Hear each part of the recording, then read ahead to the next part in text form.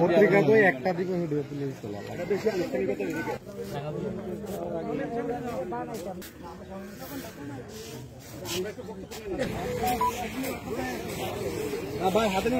Border Bangladesh সবসময় আত্মমানবতা সেবায় নিয়োজিত।